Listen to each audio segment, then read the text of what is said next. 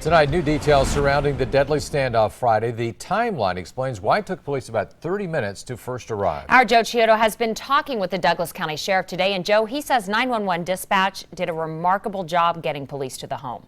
John Mallory, Chief Wheeler, told me that Douglas County worked tirelessly to get police to the house, even though they didn't have an address. John Edwards, who was shot by Kenneth Clark, called 911 to report the shooting. He was being held hostage at Clark's house and didn't know Clark's exact location.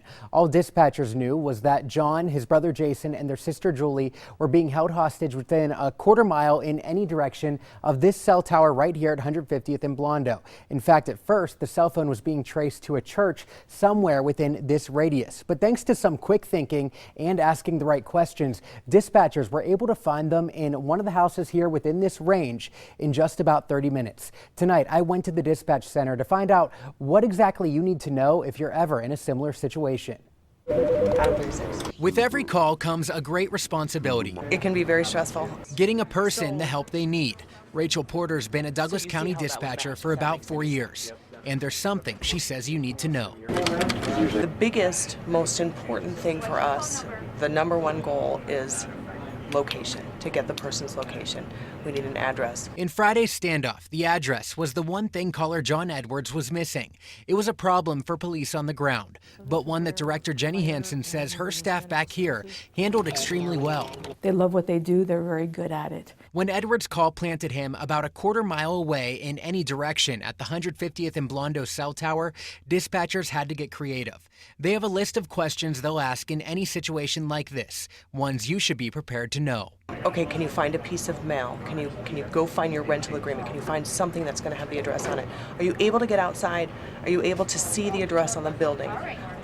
Tell me what you're by, what landmarks, do you know the name of the street you're on? Friday, the dispatcher asked John who else was in the home.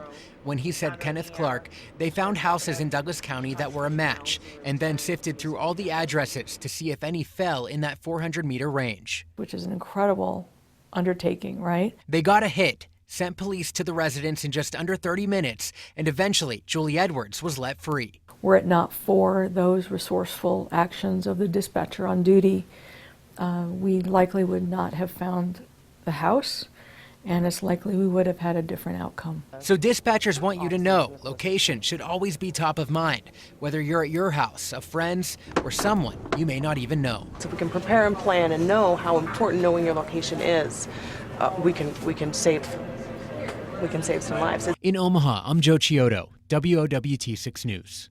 The dispatchers say this is extremely important for kids, especially if you have recently moved. Now make sure they know how to call 911 and how to clearly state their address. Family members of the victims in that fatal standoff thanking the community today for their support. They had a statement this morning, and the Edwards family saying, "We are truly overwhelmed and blessed by the outpouring of support shown by family, friends, and the entire community.